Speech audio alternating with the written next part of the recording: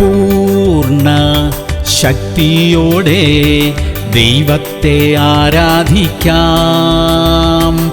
ആർപ്പിൻ ഘോഷത്തോടെ ദൈവത്തെ ആരാധിക്കാം.